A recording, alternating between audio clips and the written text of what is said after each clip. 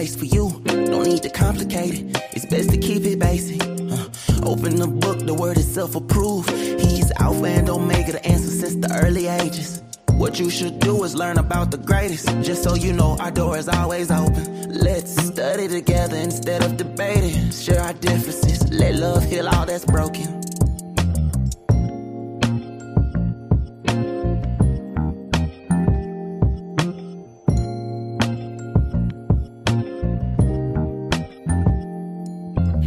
If you need truth, this is the place for you. No need to complicate it. It's best to keep it basic. Open the book, the word is self-approved. He's Alpha and Omega, the answer since the early ages. What you should do is learn about the greatest. Just so you know, our door is always open. Let's study together instead of debating. Share our differences, let love heal all that's broken.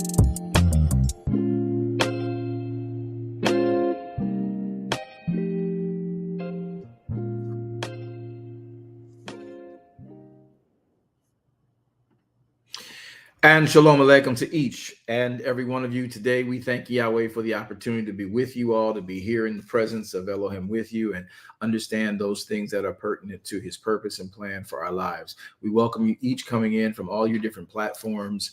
We're looking to make this a program that will bring better practicality to our walk in the King and our walk in Elohim, God's kingdom, the kingdom of heaven, the kingdom of Shemayim. You say, what, Shamayim? Yes, that's the word for heaven in the Hebrew. That's all it means, guys. So we're really glad to have you with us. And we're hoping that you all are prepared to get into a decent study. Those of you who have come in on the YouTubes and those of you who have come in on the Facebook live streams, would you please do us a favor and hit the heart sign if you're on Facebook, hit the like sign, make a comment if you're on Facebook. Let us know where you're hailing from and listening in from. We've got 5 continents that we know of that we're serving and are apparently being edified. As well, if you're on YouTube and this is maybe your first time viewing, or maybe you're just been 2 or 3 times coming in and stopping in for 5 minutes, and some of you only for 3 minutes. But if you keep coming back, that means we're sort of kind of, you know, we're sort of kind of going steady. So would you just go ahead and subscribe to the page? I heard that on someone else's YouTube, and I thought it was cute, so I try it. Maybe not appropriate for you guys. Well, anyway, I liked it and I used it. So since you're already here, you've come back multiple times, why don't you subscribe? We don't want anything from you. Okay, we do. We just want you to have a better relationship with the Father. If you are a part of his kingdom and you call yourself we call ourselves, you know, the church of God, the church of Yeshua, church of Jesus Christ, you know, the body of Christ. If we're that, why don't you go ahead and subscribe while we help in these studies of the proceeding word, how to, in fact, live by his word and have a better relationship with the Father for the purpose of hearing the Father say at the time of our lives expire, well done, my good and faithful service. And as we always say, it probably should be a mantra with us by now, just because we go to church does not mean we're in the kingdom. Your screen didn't freeze, I paused for effect.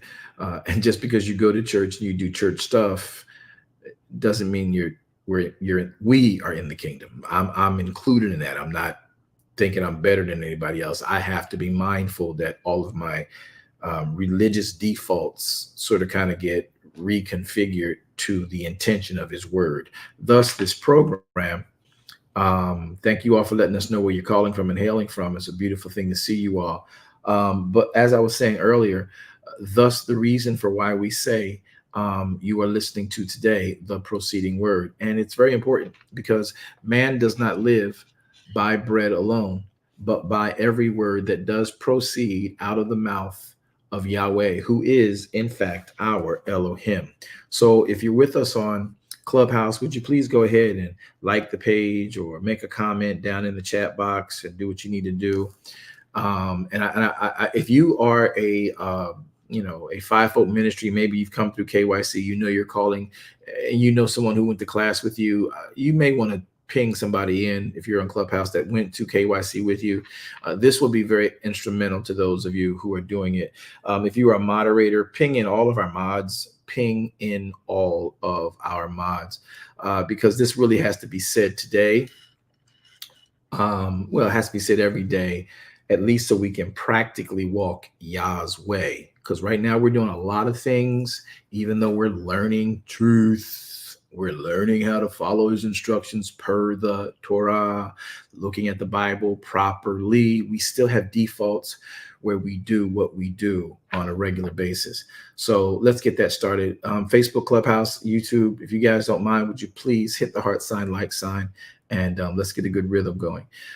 So let me first begin what we need to do and understand by putting ourselves in a position where we are learning him in a grander and a more appropriate way of living out his word. So we're here on the proceeding word. We'll be back here tonight, just for you to know, on the Darash Kingdom Ministries for our midweek Bible study, where we'll be talking about, in that time of Bible study, we'll be chatting about the realities of the appointed times of Elohim. And it's going to be important because it's going to be appointed and scheduled reset of all life. It's going to be a continued series.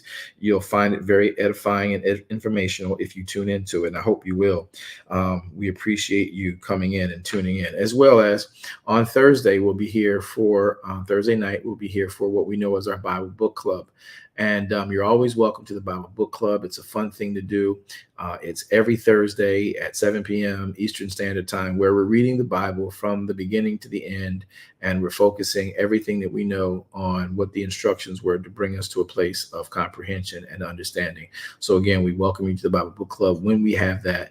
But now you're presently with us in the studies and the time called the proceeding word. So please make it your business. Find someone, if you're a moderator with us, get all our mods here so we can start to chat and talk. Moderators, please mod the room, bring up all that are here, catch our mods. If we got those that are here, we want to see them in this particular programming. Let me just preface this by having a word of prayer. If we can do that, it'll be a great thing. So let's just start with a word of prayer. Yahweh, we come before you in the mighty and in the precious name of our Savior, who is Yeshua HaMashiach. We exalt, extol, and magnify your name. There is literally none like you in all of the earth, and we know that without you, we could do nothing, but because of you, all things are possible. It is more true than we ever knew before. Man, humanity, male or female, young or old, does not live by what we have deemed and have become accustomed to as bread alone. But man does live by every word of Elohim, and Elohim determines what he can make bread for the nutrition of any human being, his word. You can call it manna, you can call it his power, you can call it his grace, his provisions. It's all based on his word, not our word. Our knowing of his word helps us to practically function in his word. And so therefore, Elohim, we come to you, thanking you for the living word, Yeshua HaMashiach, who demonstrated that, Jesus the Christ, who demonstrated that we might know you and your power in a real demonstrative form. Thank you, Yeshua, for living according to the word in this sinful flesh that we all have to encounter, and for showing us how the word can give us victory over all the proclivities of sinful flesh and still be pleasing and righteous to the Father.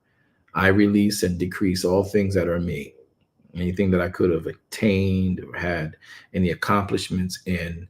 I yield to you now, and I ask you to please, if this is your will, which teaching your gospel is, be the lead. I decrease, that you, Adonai, the Son of Elohim, the word of Elohim, would increase. And that's how we live.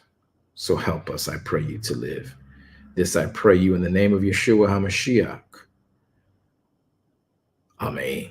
Well, it's good to have you guys. I want you to remember something very quick and simple, that there is, again, a coursing here. One cannot tell Elohim what to do Elohim shows one what he has access to. And so oftentimes when a purported, supposed, organized, ordained minister, servant of the gospel attempts to be used of Elohim, or when one of the faith, based on how we've been trained in Christendom, attempts to pray or has what we think is prayer, we make the effort and the attempt to tell Elohim what to do. Yet, Messiah tried to explain to us that he already knows what's best for us and what we have need of. So today, as we prepare our hearts, we just want to get right down into the nitty gritty of it, because it's important that we realize what Yahweh wants for us to know about his word, his will, and his plan. And so we're going to just start real simple with the verse we just quoted. And that verse of quote was a part of what we call Messiah's prayer, the Lord's prayer, Adonai's prayer. And it helped us to live a practical life, though many of us made it such a generalized, what's the thing called? A generalized, not a moniker, but a generalized motto and a statement to galvanize people together when we come together and say, let's invite Elohim in. We use it as an invocation, an invoking of his presence, or sometimes a effort to let him know we're thinking about him, or in many cases a close to a time we all gathered to generally talk about him, sometimes more directly and specifically with very good impartation and enhancements. But we use it, the Lord's Prayer, to pray in our families, picnics, like grace or something. So in Matthew, I'm going to put my Bible on the screen. I want y'all to catch this. In Matthew chapter number 6, again, a very important passage of the writ. We all know it. We've read it and heard it. But in Matthew chapter 6, verse number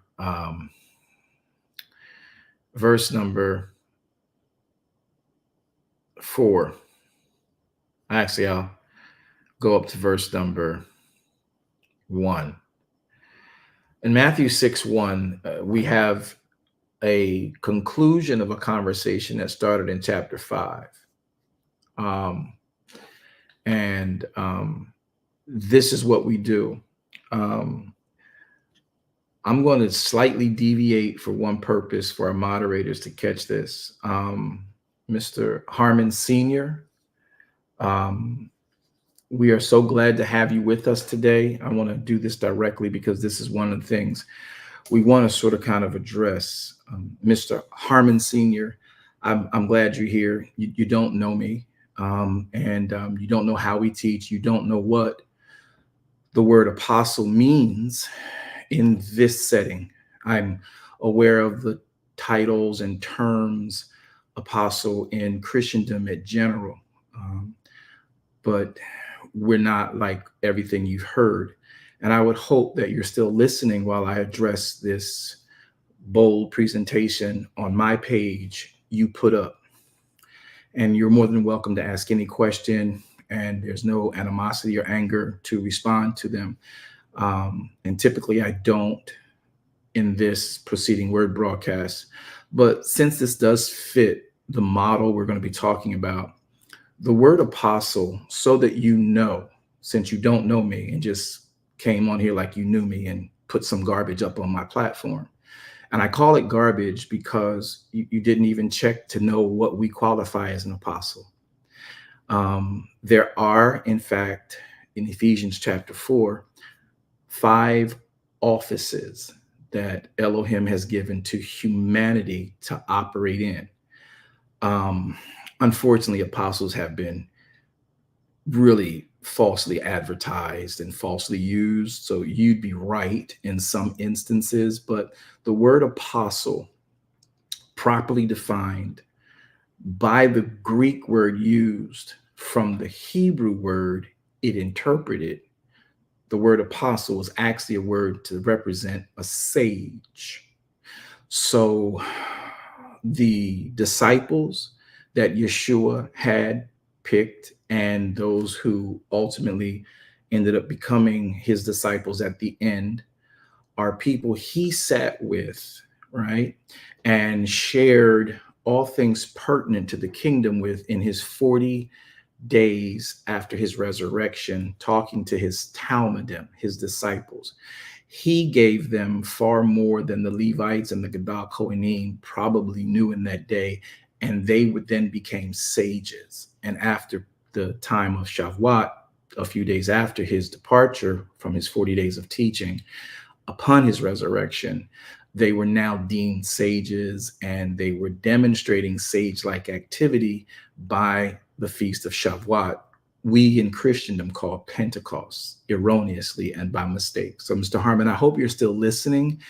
And so anyone else who has read the comment where Mr. Harmon has said, friend, there is no need for apostles. We have official one in the Bible to learn from. Satan has many ways to deceive. So I give you grace and levity to share that today on this platform. Probably won't happen again, but we do want to just simply address it in a very quick format. So an apostle is not what most of Christendom deems an apostle. There are 5. There is the prophet, the evangelist, the pastor, and the teacher. So if those 4 still exist on the planet, so does the 5th one he gave, which is called the apostle. How we get there, the way we teach it per the writ, is different than the way people are making themselves and self-proclaiming to be apostles.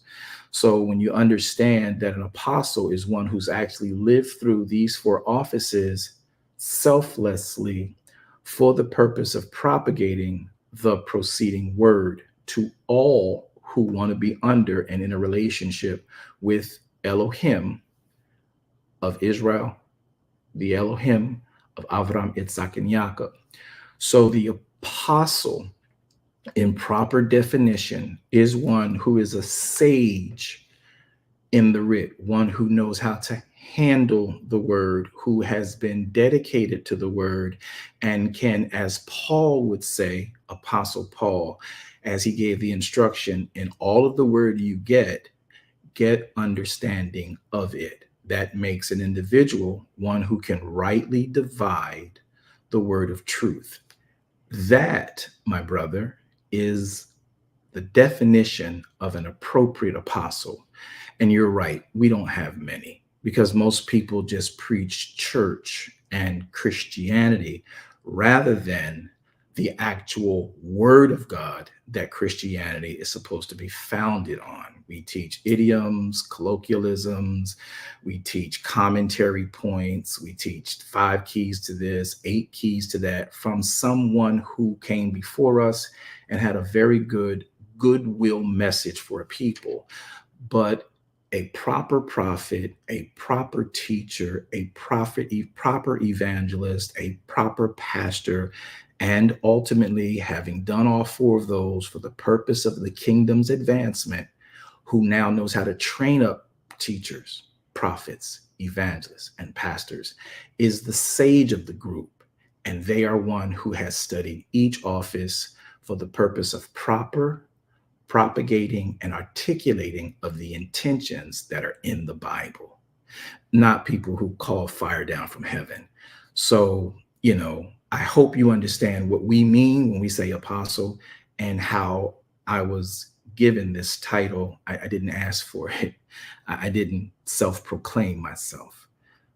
Someone who knew well the word, as passed on, gave that particular biblical purpose and title to my life based on my actions. And that's what an apostle is, a sage, one who understands the word. You might call them in the Hebrew, back in the days when Messiah was here, a priest, a high priest. All of that, miss me with it. I'm not interested in that. But that's what apostle is properly defined as. Thank you for giving me an opportunity to teach the masses in a teachable moment opportunity. So you're welcome to stay. Hope you listen to all of that since you demanded we listen and read your statement. I respect you, don't know you, would love to get to know you. And don't call everybody Satan, because for your information, Satan is not your problem.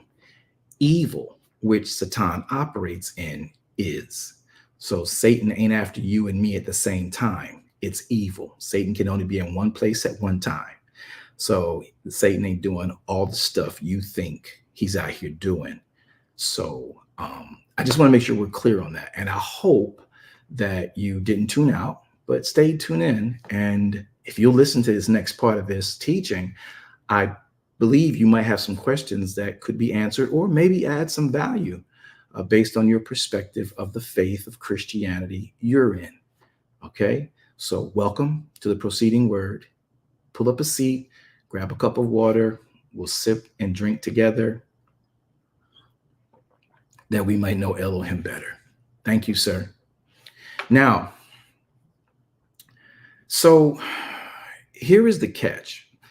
Anthony, we're going to ask you to just pay attention and you might learn something. You've never been here before, so just give it an opportunity. You might learn something. That's the last time I'll address you here, but you can contact me. Go to my website, hit my phone number, and our moderator or my administrator will help you to get on the schedule with me so you and I can talk and chat one-on-one or with your whole group or whoever you have that keeps in your ear what you think being saved and what the right hierarchy of the kingdom is all about. So let's listen first and then talk. It's always best to do that because you don't want to sound uninformed in a platform that has different information than you might possess. I'm glad you're here, though. I mean that. I'm not being sarcastic. I just had a little jet lag right now, but let me get into the broadcast and then I'll let you comment when this is done. So if you hang out, I promise you at the end, I'll give you as much to say as you desire. Okay. So now here's the concept, everybody. One of the things we do in Christendom is we like to pray.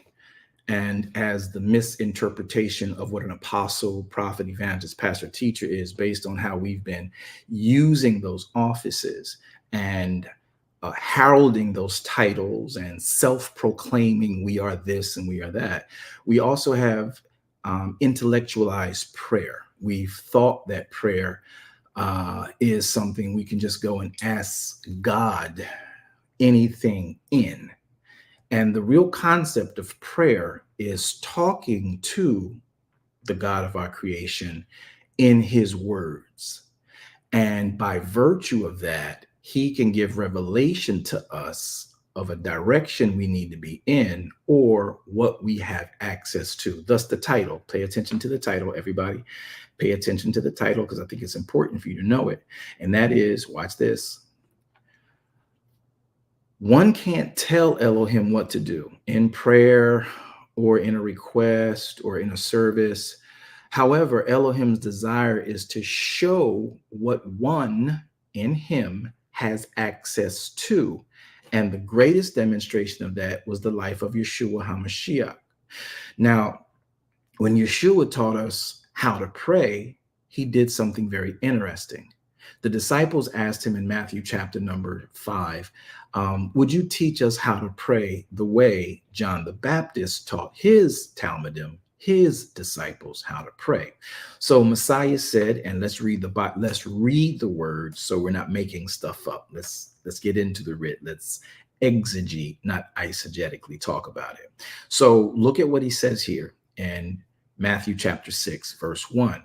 Messiah tells his disciples, he says, take heed that you do not your alms before men to be seen of men.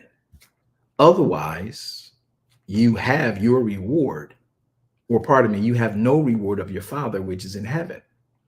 Verse 2 says, therefore, understanding that, when you do your alms, don't sound a trumpet before you,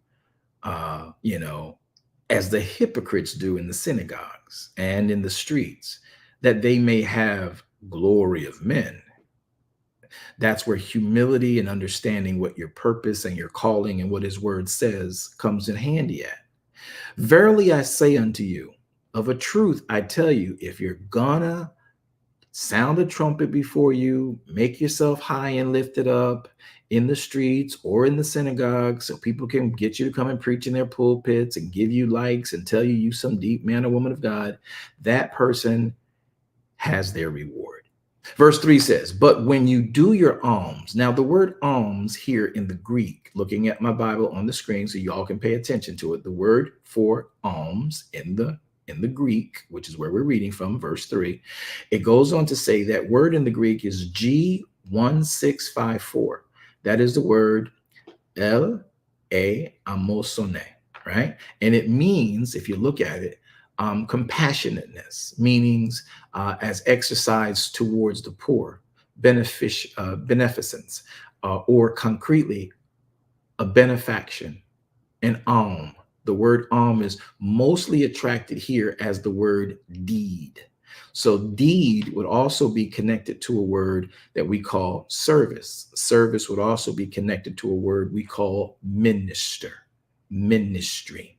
It's just a different word for serving your brother or your sister or something. That's what an alm is. Now, there are levels and hues to the definition, but in essence, it means a deed, typically a good deed, and a serviceable deed to someone who you may want to help and be a part of elevating. And you yourself be elevated in the interaction yourself. So let's look back at the written, see what he's talking about. So he says in verse number 3, look at what Messiah says in 3.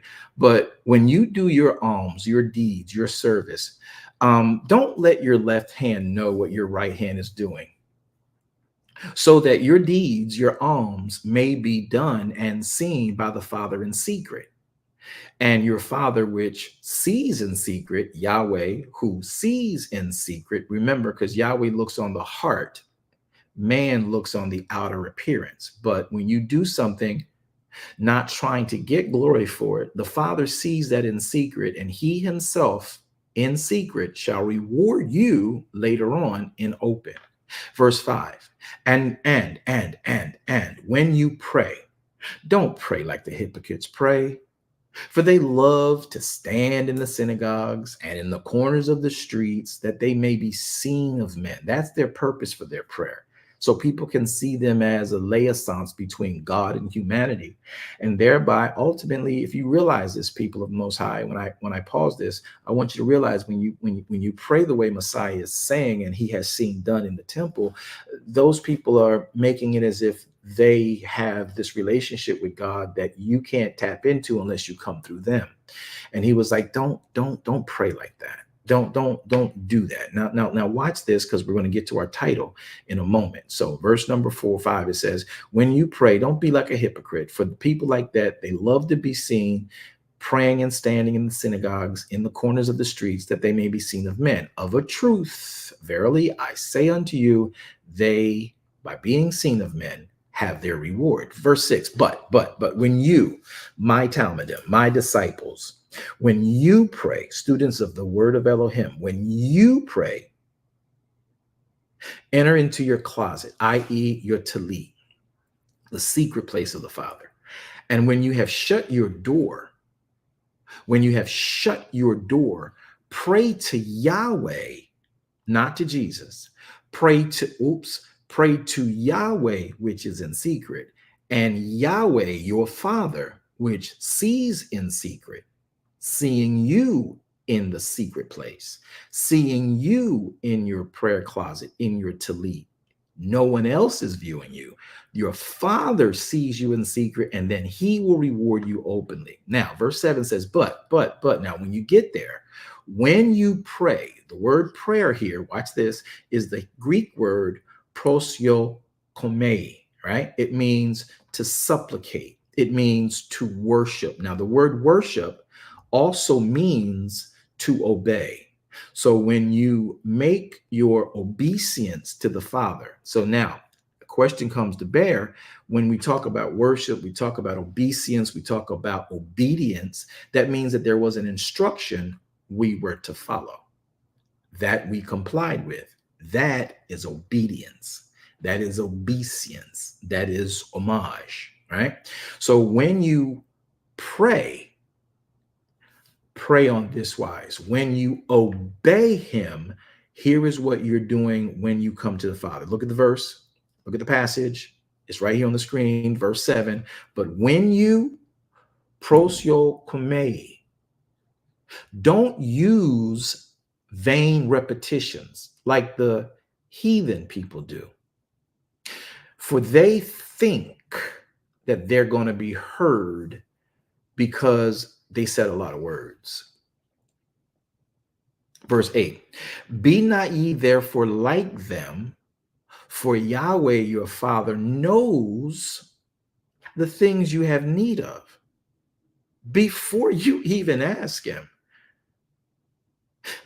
So after this manner, therefore, you pray. And here is the actual prayer he says we should pray like. Yahweh, our Elohim, which art in heaven, hallowed be your name. Yahweh, let your kingdom come. Let your will be done in this earth that we live in this earthen vessel that I am, just like your will is being done in heaven.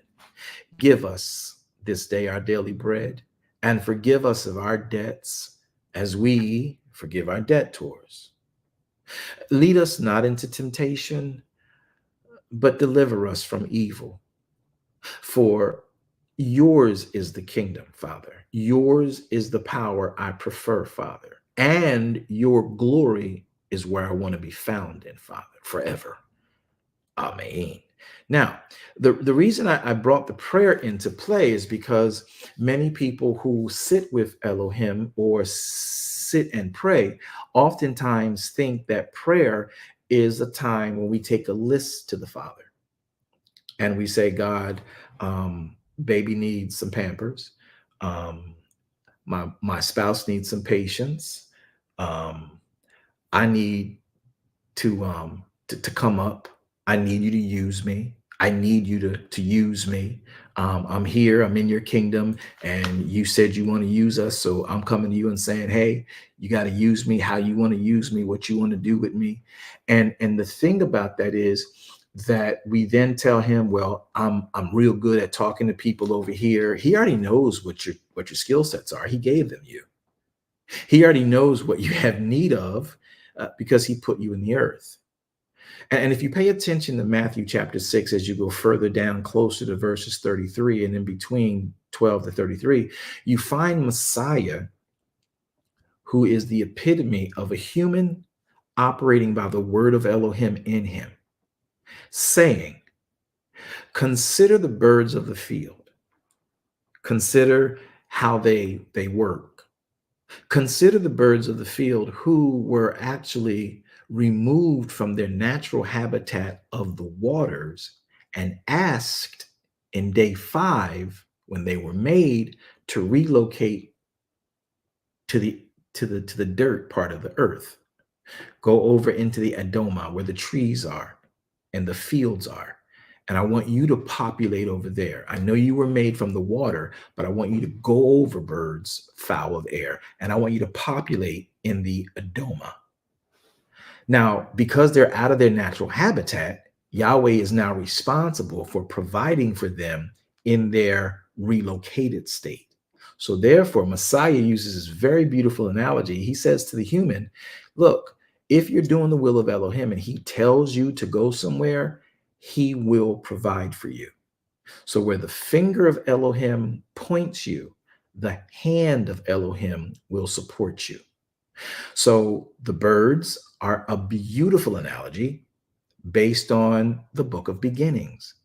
They were removed by Elohim's word to go from the waters where they were made and go live in the dirt part of the earth. And they did.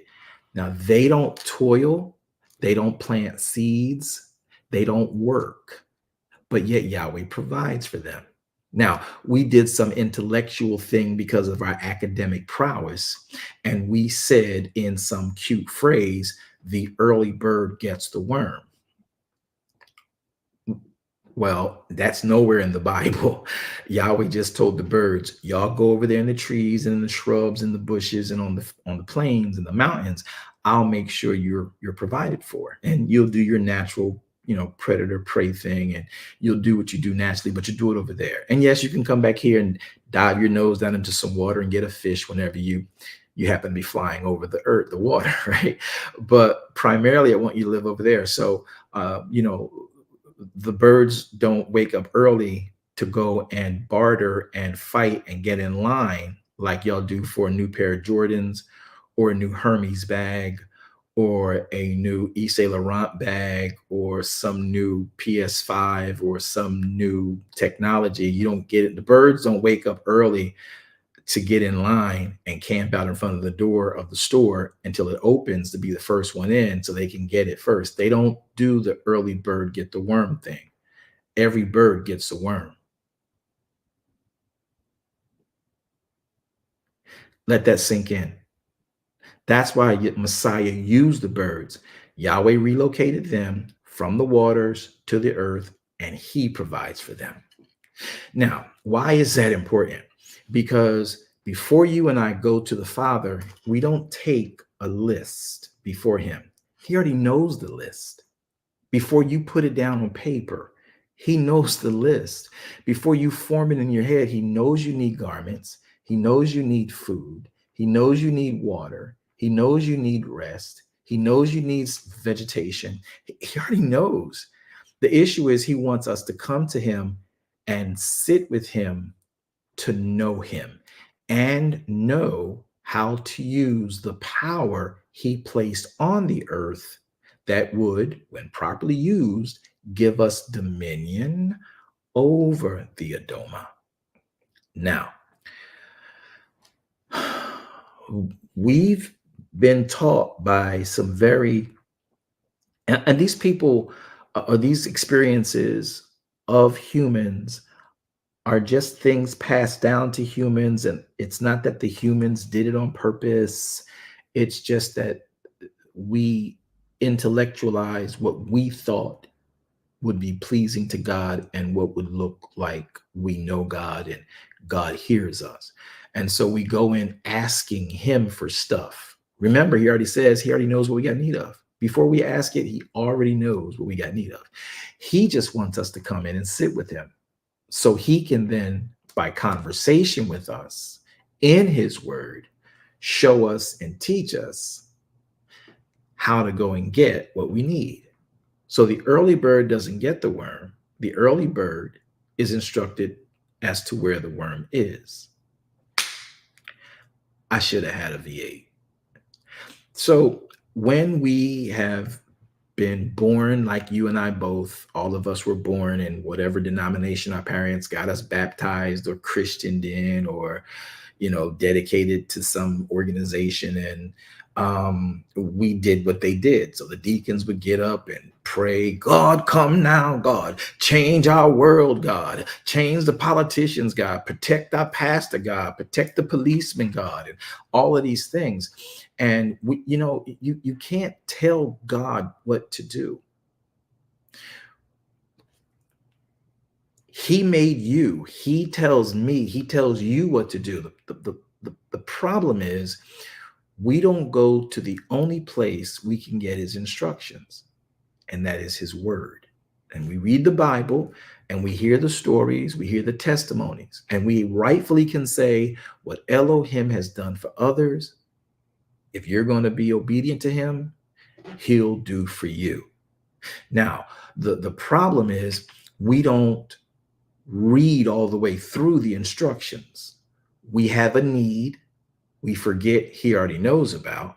And then we come in because we are unfortunately very selfish, very entitled, and feel, and I think this is for me.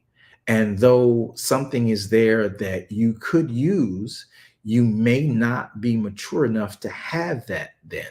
And this is just an analogy, guys. I'm not saying you're asking for stuff that you're not, in need of, or, you're not mature enough for. But there are those cases. I know it was true in my life, and we can see it was true in Adam and Ishai's life. The tree of the knowledge of good and evil was in the garden.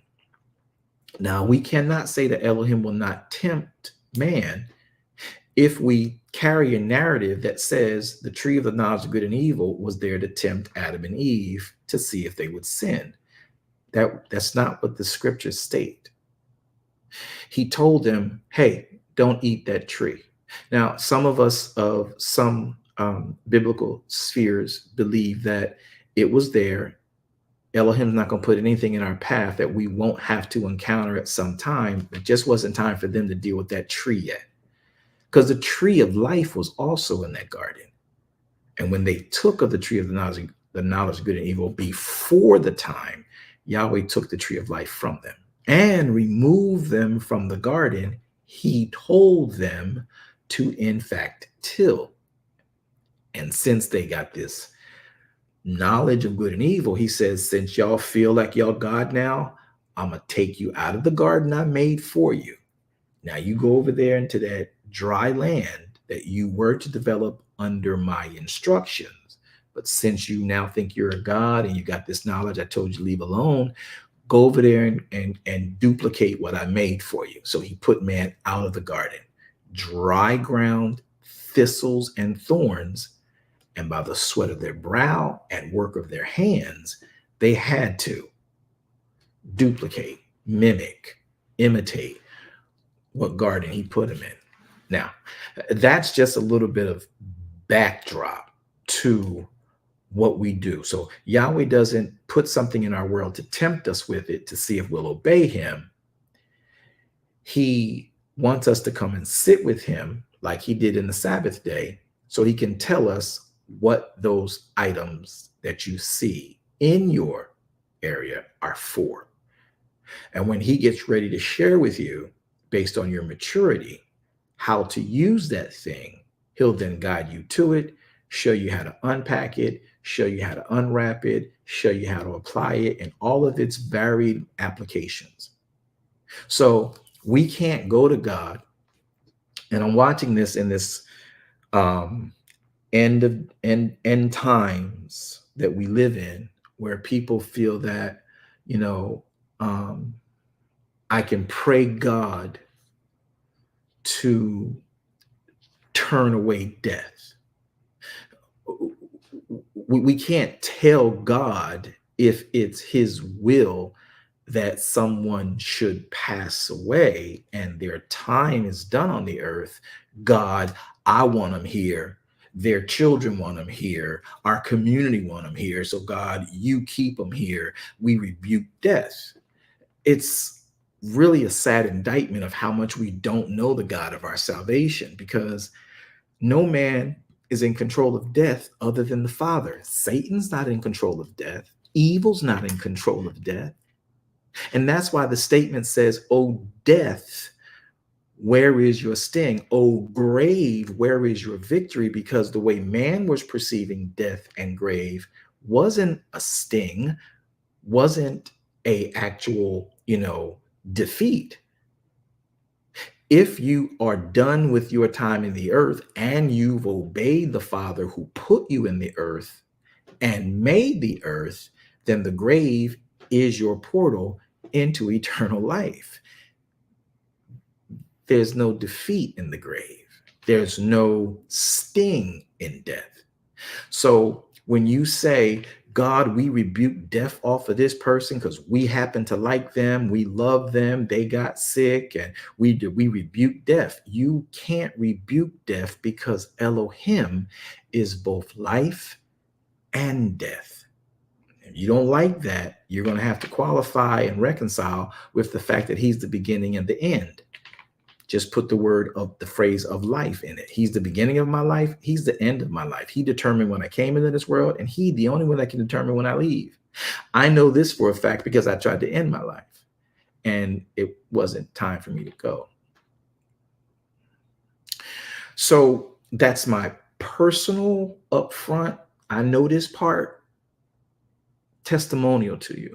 So when we say to God from pulpits, like Messiah said, don't be like the hypocrites. They stand up in front of the people in the corners of the streets and on platforms in the synagogue, and they demand fire like Elijah did.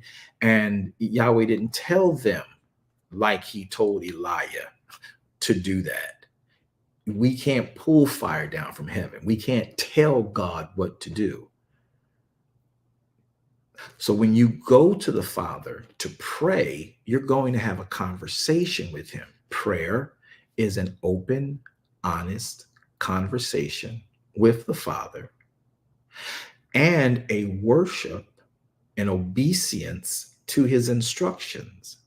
So if we don't know his instructions, there's no way we can please him. Here's your phrase: for without faith, faith comes by hearing, hearing by the word. Without faith, it's impossible to please the Father. That's worship.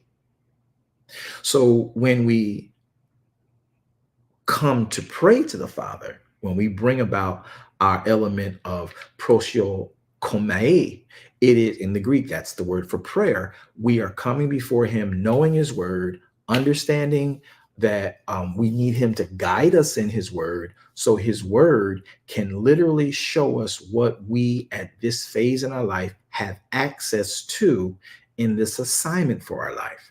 I can't tell God, pick up that car. I can't tell God, shut the mouth of this person. I can't tell God to do anything. I can only go to the Father and ask him, what am I missing in the situation? How should I view the situation? And then how do I proceed in the situation? Your word is a lamp to my feet, a light to my path. I can't go telling God because I'm on a platform and I want 1,500 people to see me as God's mouthpiece. And if I declare something and I decree something and I name something and I claim something, I'm going to get it.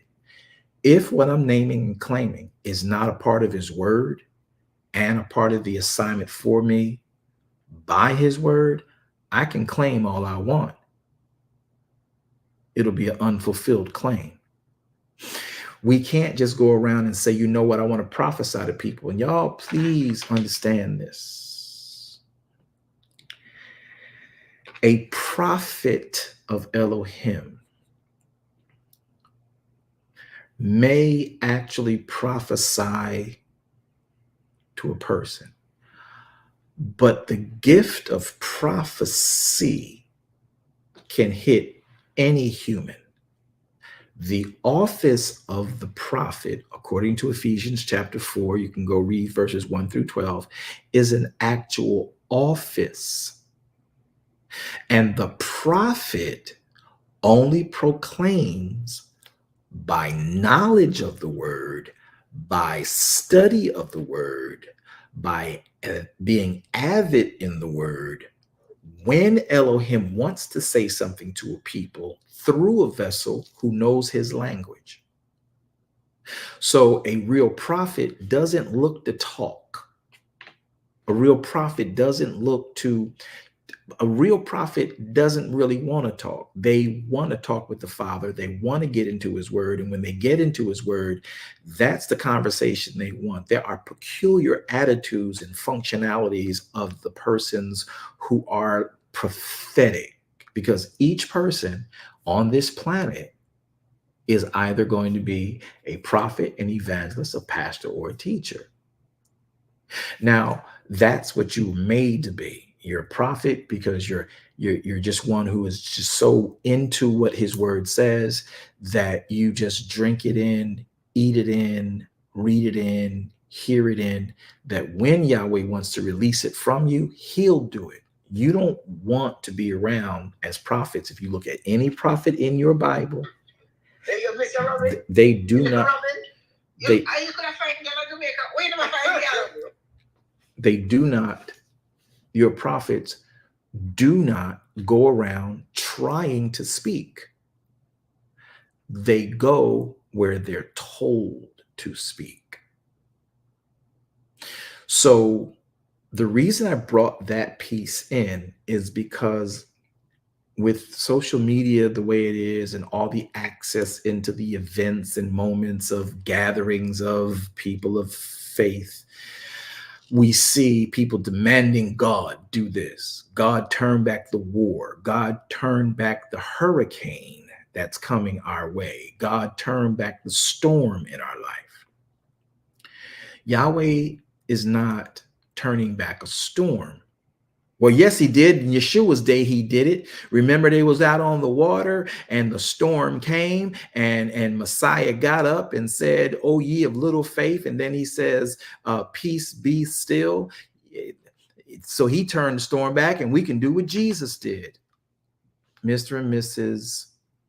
Person who owns a Bible, read it.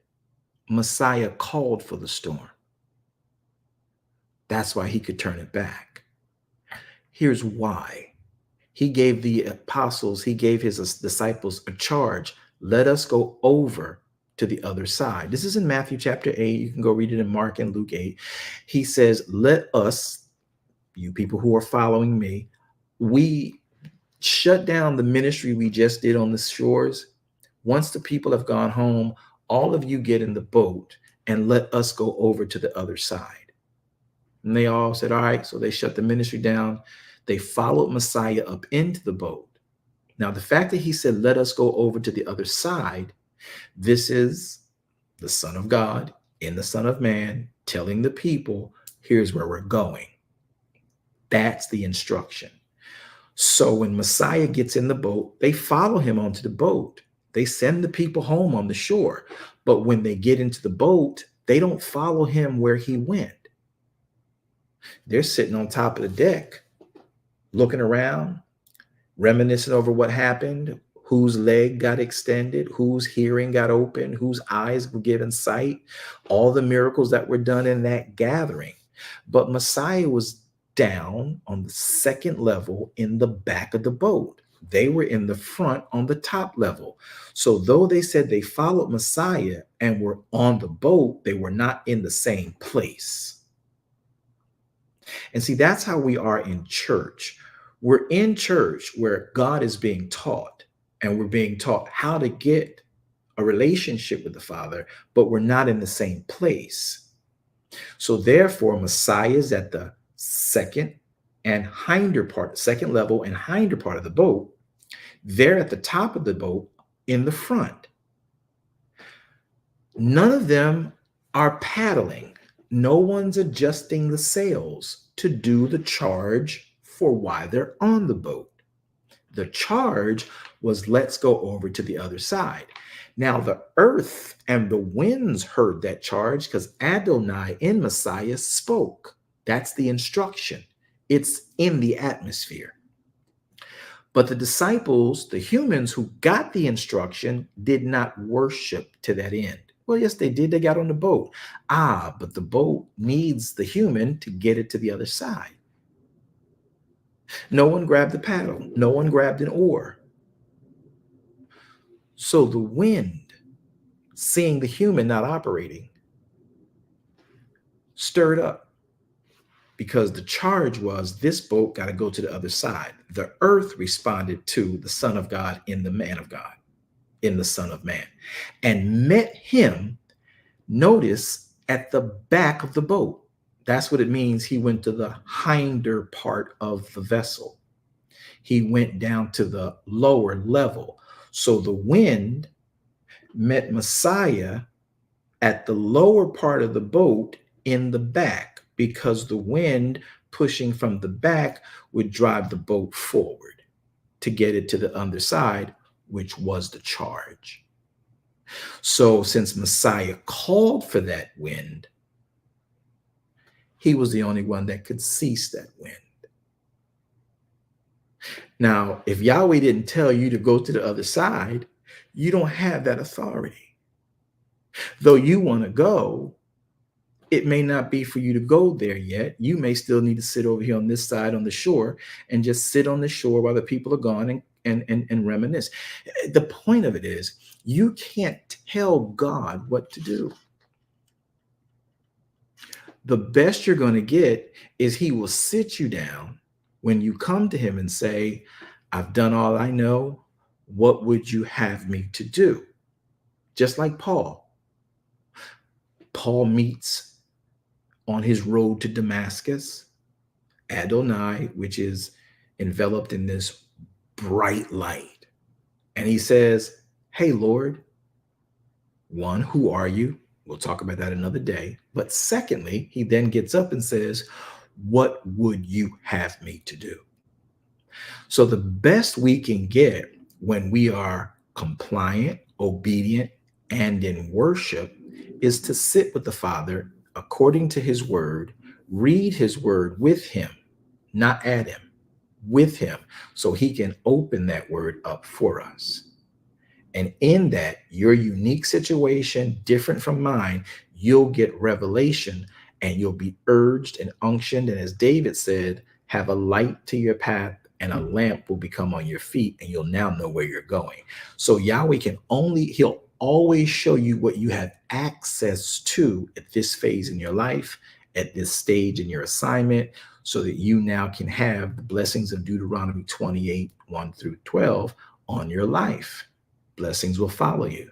Blessings on blessings on blessings. They don't come when you're not in his path for your life. They only come when you would, verse 1, Deuteronomy 28, watch this, hearken diligently unto the voice of Yahweh. So the voice of Yahweh is telling you what to do. You're not telling him. All right, well, wait a minute, Mr. Apostle, man. What about Elijah? Didn't he call down fire from heaven? Didn't he prove that God do this? I said, yes, he did. But it was Yahweh that told him to go and put this against the prophets of Baal. So he didn't just do what he wanted. He did what he was instructed. All right, well, what about Gideon? Didn't Gideon tell God what to do? Remember? All right, well, let's go to Judges chapter 6 and talk about that. Judges chapter number 6. We can pull the whole story up for those of you who are listening, and hope you'll be able to view this because I want you to read the story while we talk about it. Judges chapter 6, and let's go down to verse number 36. I think that's the best way to show this to you. Judges chapter 6, verse 36. Let's look at the passage. So in Judges chapter 6, verse 36, Gideon, who's have his own problems, is now confronted by Elohim saying, Gideon, I want to use you. Verse 36, Gideon said unto Elohim, well, if you're going to use me to save Israel, if you're going to save Israel by my hand, as you said, I just need to make sure it's you. Behold, I will put a fleece of wool in the floor.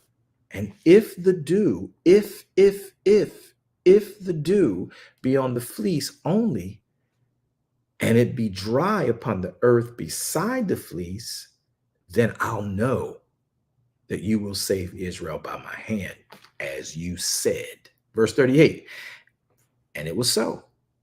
Well, see, there it is. He told God what to do. He told God, put water on the fleece and leave the earth dry. He told God what to do. He is inquiring. I need to make sure it's you. Help me. If it's you, and the fleece is wet and the grass is dry, I'll know your will to save Israel by my hand, because I don't want to be in my ego thinking I'm something special and get out here and Israel be lost because I'm trying to lead them. I just need confirmation it's you for me. So he's not telling God what to do. He's asking the Father. And many of us are around here right now, and I'm looking over these YouTube and things that just keep coming up on my pages of, Instagram, TikTok stuff y'all got floating around, all this stuff about people demanding God do this and demanding God fix elections. Yahweh is not in the election of men. Yahweh wants his word to be in the people trying to get elected in the earth where men rules, so that his will amongst the men of the earth can be imputed. And we're trying to get God to rig elections. We're trying to get God to stop coalitions and stop organizations from propagating their preference in life, whether it be alternate lifestyles, whether it be masculine domination over femininity, whether it be, watch this, Baptist over Methodist, First Baptist over Second Baptist, AME over CME, Church of God over Church of God by faith. We're Roman over Protestant. We're trying to get God to do that. He's not interested in that. He just wants a people who will come and sit with him, which is why Sabbath was established, to know his will and then simply walk it out. Once you sit with the Father, he's going to tell you what to do. Now, I got to be careful with that because some of y'all think you hear from God always in an audible form. And more than likely, you will not hear from Elohim in an audible form unless it's from your voice reading his Torah. And when the light comes on at that point you're reading, you will recite that thing and it will beckon in your soul. It will compel your very being. Oh, that's what that means. And now when I leave his presence, be it Sabbath, be it a Moedim, be it my own time of in my Talit, I come out knowing I got to live this way. Now I have instruction. Yahweh is not sending you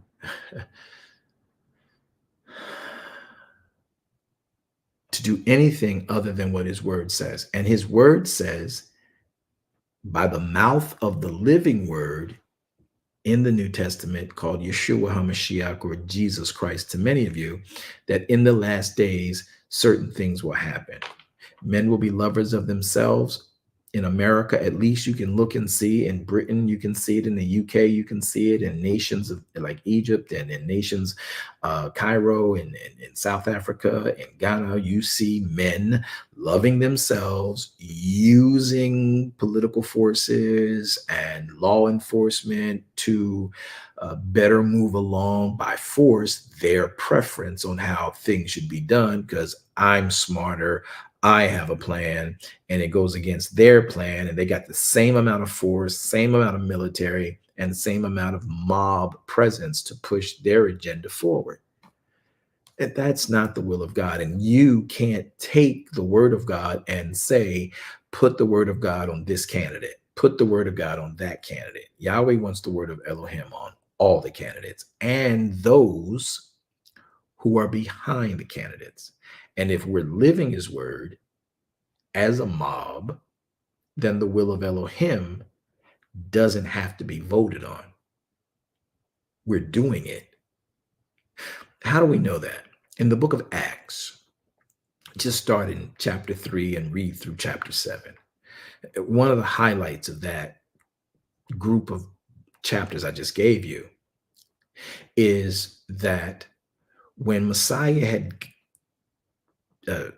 died and was buried and was resurrected and came back and talked with them for 40 days, ascended into heaven, left the disciples, now sages, apostles, over the new way to move in God.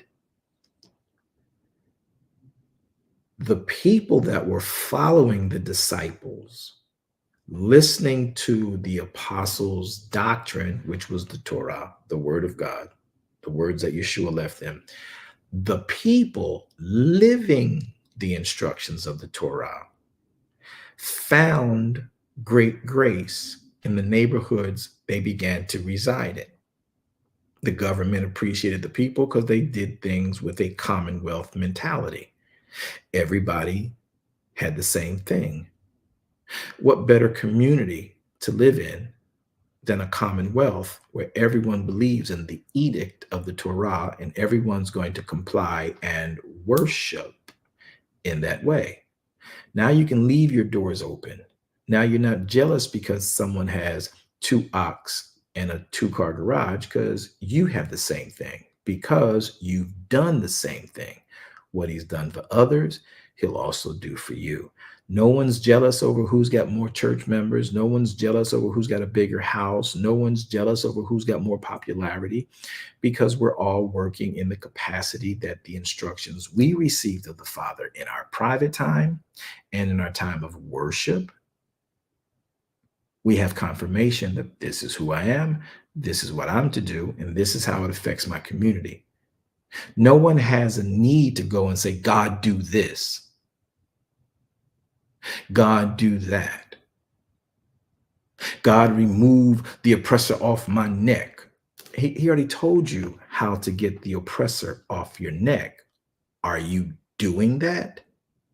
Because if you're doing his word, he will automatically remove the oppressor. You ain't got to come tell him to remove the oppressor. Well, all right, Mr. Apostle Man, what about the woman who said she kept praying, God, tell this unjust judge to do this? She never said, God, tell this unjust judge to do anything. She says, Father, I know your Torah, and the judge misjudged the case.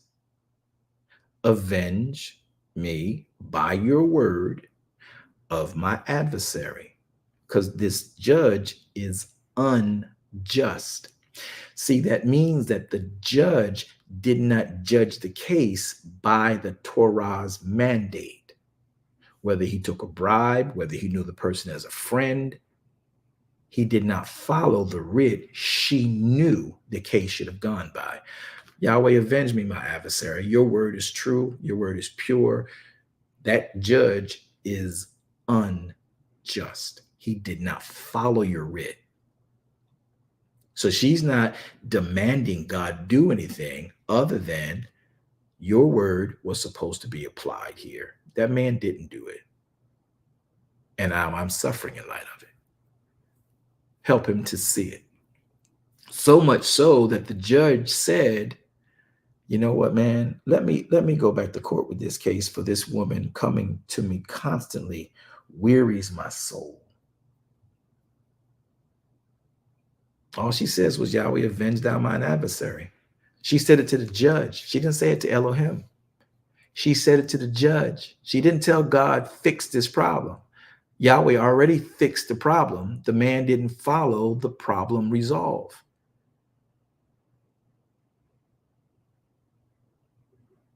So today, practically speaking, all of you who are finding yourselves by the default of what we do in religion, particularly of Christendom, because that's what we deal with, stop trying to tell God what to do and ask him, what is your will? How I know Elohim is not interested in you telling him what to do, because he's omniscient. He is Yahweh Shema. He already knows what went on, what should have gone on, and what will go on. The question is, will you get into his word so you are found blessed in the city, blessed in the field?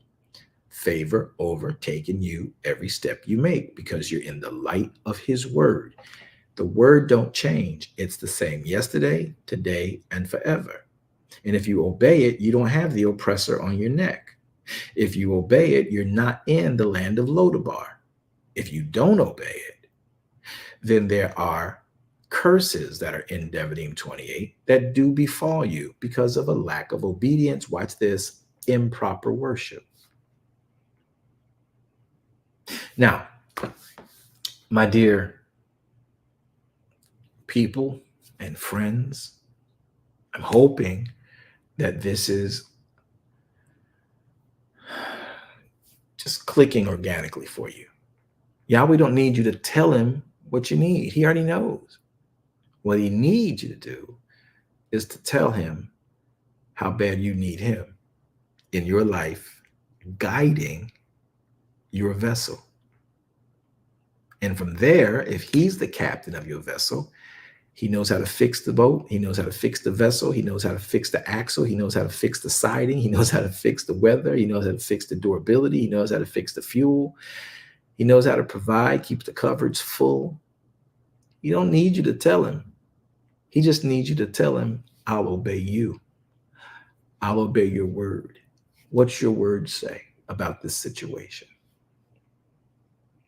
So you can't go into the doctor's office, prophet, pastor, deacon, Mr. and Mrs. Thunder Prayer. That's what Messiah says. Don't pray like that. So you got people riled up. Ooh, yeah, I felt that. Yeah. And Yahweh is like, I don't work on feelings. I can make you feel, but I don't work on your feelings. My work makes you feel.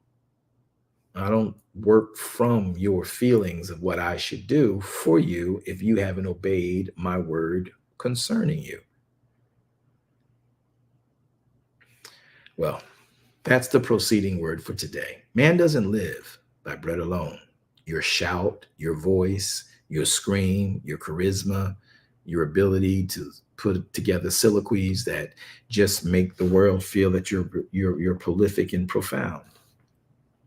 He works from his word. Are we in it when we ask him for things?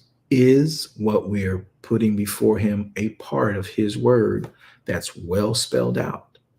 Or are we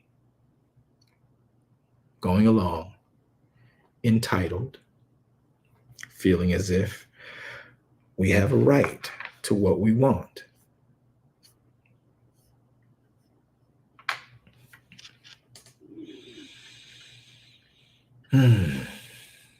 All right. So that's what we have. I hope my dear guest, Mr. Harmon, is still here. So, sir, that's how we teach. We're not trying to be anything that Messiah doesn't want us to be, and the words we use here are based on his instructions and the humility of serving Elohim instead of self-serving ourselves. So, brother, if you got a question, if you're still out there, feel free, please, to drop your question. You're on YouTube. I hope you didn't leave, and just let us know that whatever. I'll give you space. Anyone else have a question or a thought? Feel free to be a part of that. You can, get with us at any given point or time. And we're going to take a few minutes just to put those things together for us. And we can answer whatever questions you have by the writ. Remember, Gideon did not tell God. He was asking the Father. Messiah stopped the wind because he called for the wind. It also helps that he was Adonai within, which is the creator of everything, right? I hope that hits well. I hope that helps somebody understand. And remember, when Messiah put what we call modern day the Lord's Prayer into place, which is what we started this program reading, Matthew chapter 6, verses 6 through, he says, "Our Father which art in heaven, hallowed be thy name, thy kingdom come." Not the one I'm creating in my head, not the one I think should be happening, not the community I want to build, but your will be done in earth, just as it is in heaven where you reside. You give us today our daily bread. We're not telling God what to do. We're asking him, what do we have access to by your word in this situation, at this phase of life, as we look to worship you? My name is Apostle V.W. Jones, and I'm honored to teach and share with you the proceeding word. If there are any questions or thoughts, if you're on Clubhouse, just raise your hand. Moderators will look for you. If you're on Facebook or YouTube, you've had an hour to put something together in thought or question. Please feel free to do so. And we'll just pause for a second. And I'll give you a few moments while we make announcements about tonight's programming on the Darash Kingdom Ministries Network. So if you're on Clubhouse, go to the house that's called Darash, DKM, Darash Kingdom Ministries, for our programming tonight that will be dealing specifically with another very important message entitlement. It will be called The Appointed and Scheduled Time, Scheduled Reset of All Life. All right. So I want you to be prepared for that. I want you to be aware of that. I want you to be understanding of that. There is an actual appointment and a scheduled reset of all life. It'll touch a little bit on eschatology. It'll touch a little bit on the feasts. It'll touch a little bit on what Messiah said would happen, how he said it would happen, and the fact that he is going to return in that way of the instructions rendered. All right. Looking over, moderators, keep me posted on all platforms. There's a lot that I won't be able to catch and see, so I don't want anybody thinking I'm skipping over them. If they have a question, we only have a few moments to do so. So let's get quickly to who has. Andre Wellington is on Facebook, and brother, I see your question. Andre says, what does the Bible say about rebuking people? You know, the rebuking of people, I'm going to be general with this because there's a lot of passages I can pull up for us to get a proper picture of the rebuke. When you rebuke someone, you are rebutting their actions that run contrary to the instructions of Elohim that they say they live by. We took rebuke as a way of embarrassing, putting down, stomping on, showing that we're deeper, putting out somebody else's light so our light can shine lighter, brighter, as if it would make us the bigger and more obedient person to the King, to the Father. So your question is general, so I'm going to answer it in general. And you can reach me too. We can go deeper into this because there's I got 12 passages I can go into right now about how Messiah rebuked, how Moshe rebuked, how Elohim rebuked through the prophets, the people. Remember, any rebuke is an effort to turn someone who said they followed the edict and are not back to following the edict. And if they're doing it willfully with the intention of being malicious, that's another hue of rebuke. Andre, I hope that helps. Please let me know in the comments that you get it, or if you have a part B to your question, feel free to put it in. Moderators are all platforms. Anybody got questions that I'm missing? I'm looking. Shalom, sir. Shalom. Mr. Zakai came up. I believe he has a question. He raised his hand. Excellent. Brother, Mr. Shakai, how are you, sir? What you got? Is he there? Zakai? Yes, sir. Okay. He left? Zakai? He's in the matrix, sir. Sir, you're in the matrix. You're in the matrix, sir. Can anybody else hear him? I can't hear him. No, he's very muffled. Okay, all right. So while he's trying to get, that is much better, Zakiah. Before we go with you, Andre Wellington did respond on Facebook. Matter of fact, he's on YouTube. Thanks, Andre Wellington. He says, I got it. Thanks. You're more than welcome. Please make sure you contact me if you want to study more about this individually. You can take an hour with me. Elder Page will put you on the books. We'll sit down and go through all the passages of the writ. Only because we're on a time frame on this broadcast will I not take us through all 12 of those passages that pop in my head, and I'm sure there's many more about what rebuking the people of God is. And people got to remember, when you rebuke someone, it's not to make you look good and make them look bad.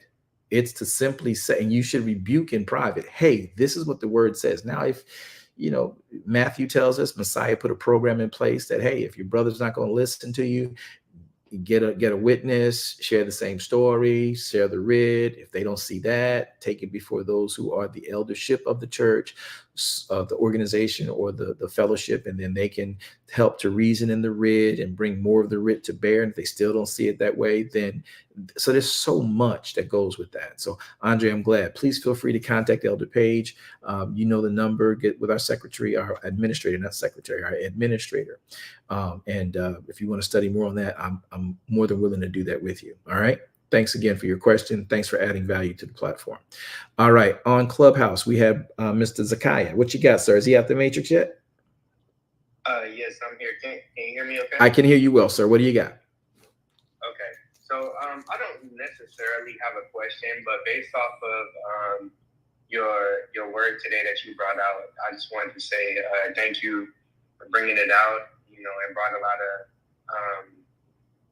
understanding regarding my current situation.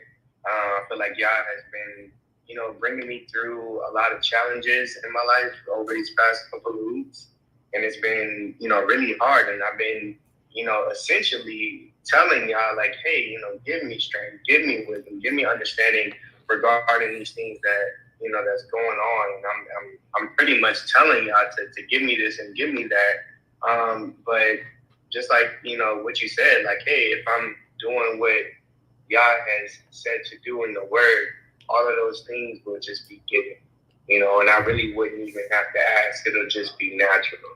And so I just wanted to say thank you for bringing that up. Brother Zakai, that is so very true. And I know people say, well, that's just real general, Mr. Apostle Man, but it's the truth. Deuteronomy 28 verses 1, you can go read it. If you hearken diligently unto the voice of Yahweh, to not only hear his word, but also to do his word, then all these blessings will come upon you. If you don't, then the curses of 15 through 68 will come upon you, which many of us suffer through and don't even realize it was already foretold. And if we would just do what he says to do, honor your mother and your father, just do the mitzvahs, do the commandments, do what is, we know what's right. Now, some of us know what's right because, well, we know what's right in our own way, but Elohim has already laid out what is right before us, and we really have less to do to get that understood. So, Brother Zakai, I'm glad that it was of help of some way. If you want to talk more about that, please feel free to go to our webpage, get our phone number, our administrator, someone can send you information. Well, they don't back channel no more on Clubhouse. And if you want to sit more and talk, 30 minutes, 45 minutes, an hour, and we can, in confidentiality, you can talk about your situation. I dare put you up on platform, and then I can take you through the word about the situation you're in without you telling me everything that you're dealing with. And once you read the writ, you'll be like, oh, snap. That's all it took. It happens to me all the time. And one thing is, it's like, you raise a great point, and thank you for adding value. I'm going to, unless you have anything else. Okay, put a heart sign up. No, that was it. Excellent, Zakai. Thanks for adding value to the platform. But that does trigger a thought for me, for many of you, because I listen to people when we pray, and we're like, God, send your glory, God. God, come down and be with us, God. Yeah, no, he said, whosoever comes to him, he will in no wise cast out. You can't tell him to come down. You can't tell him to, do this and do that. He will do when you do what he said. So if you want his glory, you got to go up to him. You got to die in your flesh. You got to push it back to get into his word. Take the time, and he will meet you in his word. He says, seek for me and you'll find me. You're telling him, God, come down now, God. We need you now, God. Fix it, God. He has already given you all things pertinent to life and godliness. It's in his word. Are we going to read it? Or are we going to skirt around it by just preaching somebody's commentary about their 5 methods of how God will move for you? He moves according to his word. Just read Deuteronomy 28 slower and without the preset seeding of what others have said, about blessed in the city, blessed in the field. Anything we need, all we need to do is obey his word, and Yahweh does provide. Well, that just don't seem like nothing. You got to get out there and do the work. The early bird get the worm. Find that in the Bible for me. Find it in the Torah, find it in the Tanakh, find it in the Brit Hadessa. Please just find it for me. If you can find Yahweh said early bird get the worm, I will pack up, and y'all won't have to ever hear the proceeding word again. So thanks again for adding value, Brother Zakiah. All right, moderators, anyone else had a thought or a question before I go ahead and pack this down? None on Clubhouse. I do see a question by Daphne on Facebook. She says she can't come off of mic. All right. Okay, I see it. All right, Daphne has a question. Is it necessary to continue to repeat Yahweh's name in prayer? Is it an overuse? Okay. I'll answer this one because there's one place I can take you to that really shuts that question completely down and gives you complete clarity on what he means. Psalms chapter number 91. Now, if y'all been with me long enough, you know I've read this 1,000 times. I want y'all to hear it. And I know that it's difficult because redundancy is the best teacher. So let's go to Psalms 91 very quickly. We'll answer the question again that's posted. Is it necessary to continue to repeat Yahweh's name in prayer? Well, let's just see what Moshe says about it and what Yahweh uses him to say about it. Psalms 91. Everybody should know this passage.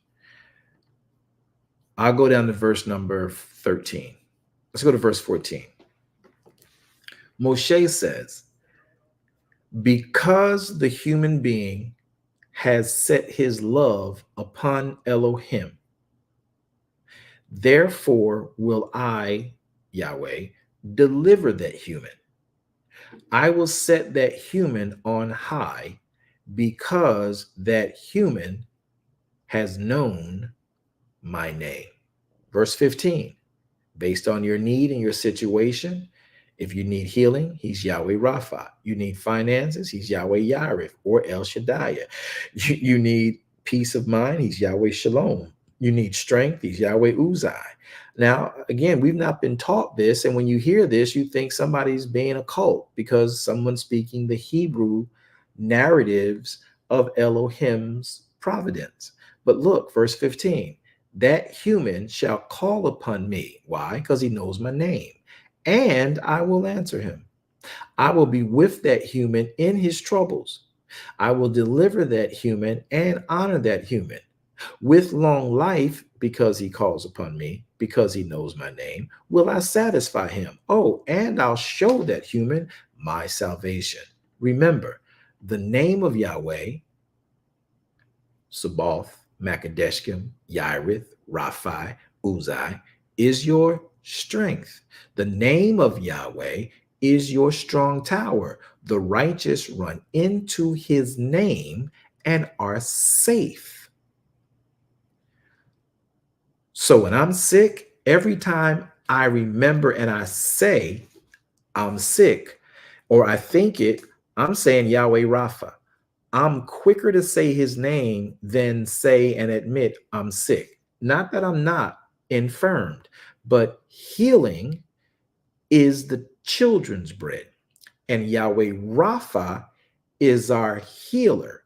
We have access to Yahweh's grace through the veil of Yeshua HaMashiach's flesh, who by the stripes on his flesh, we are healed. So Yeshua is the door to Yahweh. In Yahweh is his glory. In his glory, we can obtain grace in our time of need.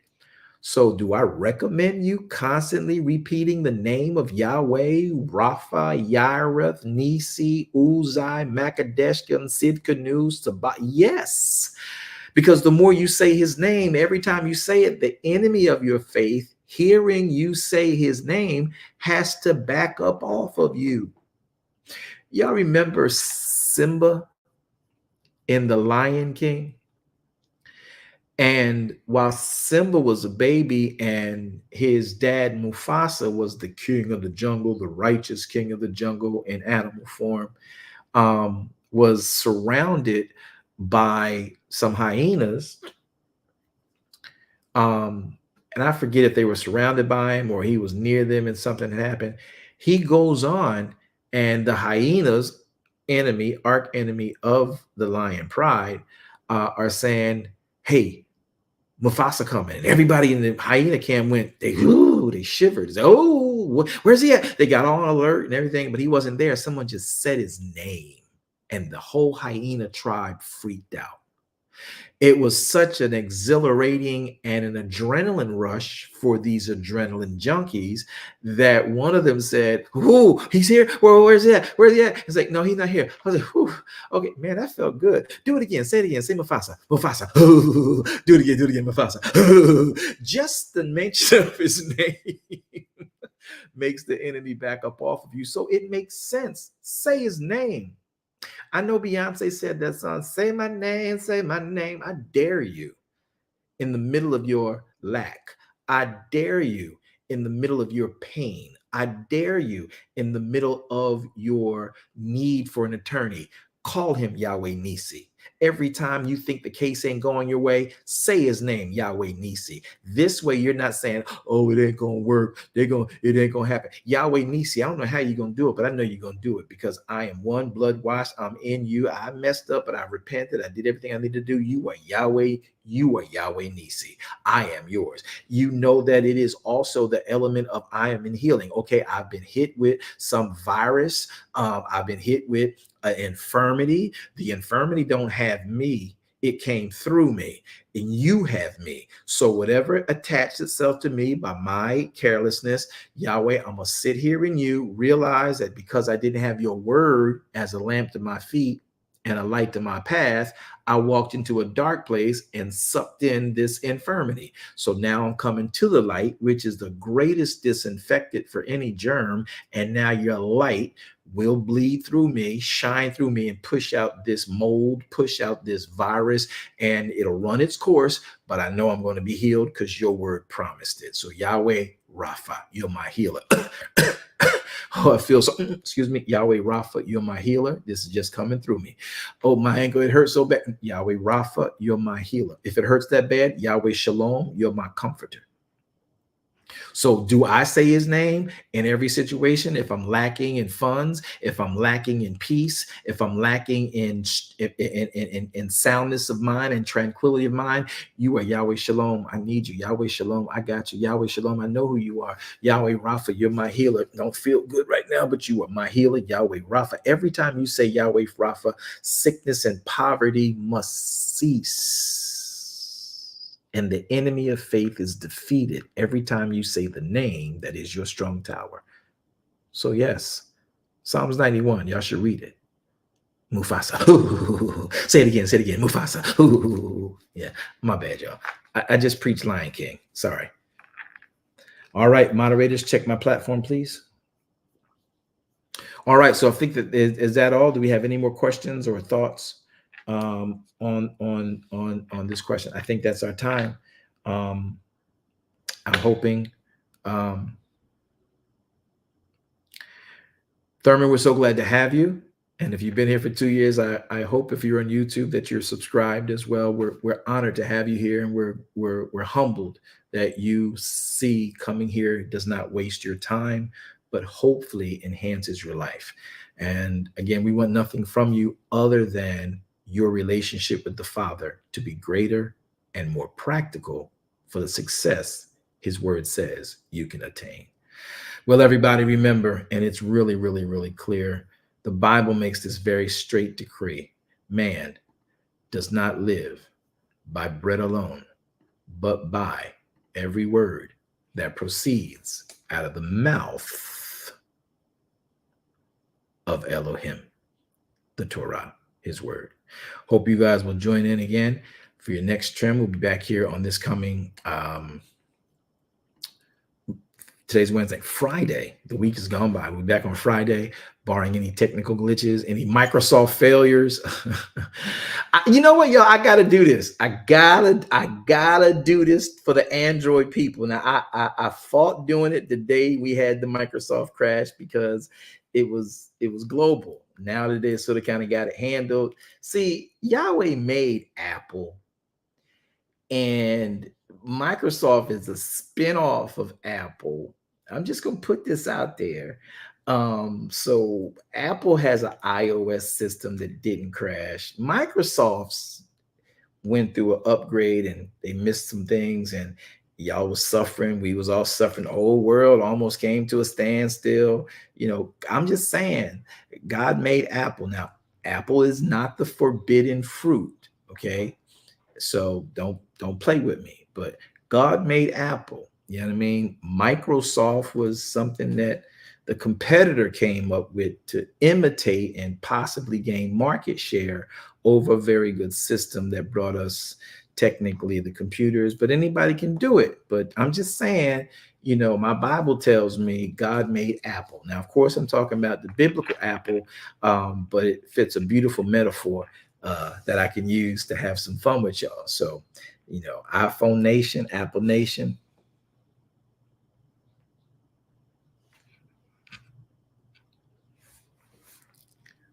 iPhone Nation, Apple Nation. And I don't get paid. I don't get any endorsements for this. But yeah, God made Apple. I know he did. It's been fun talking to y'all. I'm sure some of y'all not going to laugh at that because you are androids, So, and Yahweh made angels. He ain't make androids. Yeah. I just put that out there so y'all would know. Get the angels, android. Yeah, y'all didn't catch that. Oh, okay. Well, when y'all get Apple and finally get saved. All right, just teasing, guys. Don't be mad at me. I see y'all tonight perfectly at 7 p.m., 7:15 p.m. for the Rosh Kingdom Ministries midweek Bible study on the appointed and scheduled reset of all life. This is yours truly, Apostle V.W. Jones, on the proceeding word. Keep us in your prayers. And if you want to have study time, please feel free to contact us. Go to our webpage. That information is scrolling at the bottom of the screen. We look forward to having you with us anytime at all you feel you want to study. Let's let Yahweh get the glory out of our lives. We love you to life eternal. We'll see you again soon. Hope to see you very soon.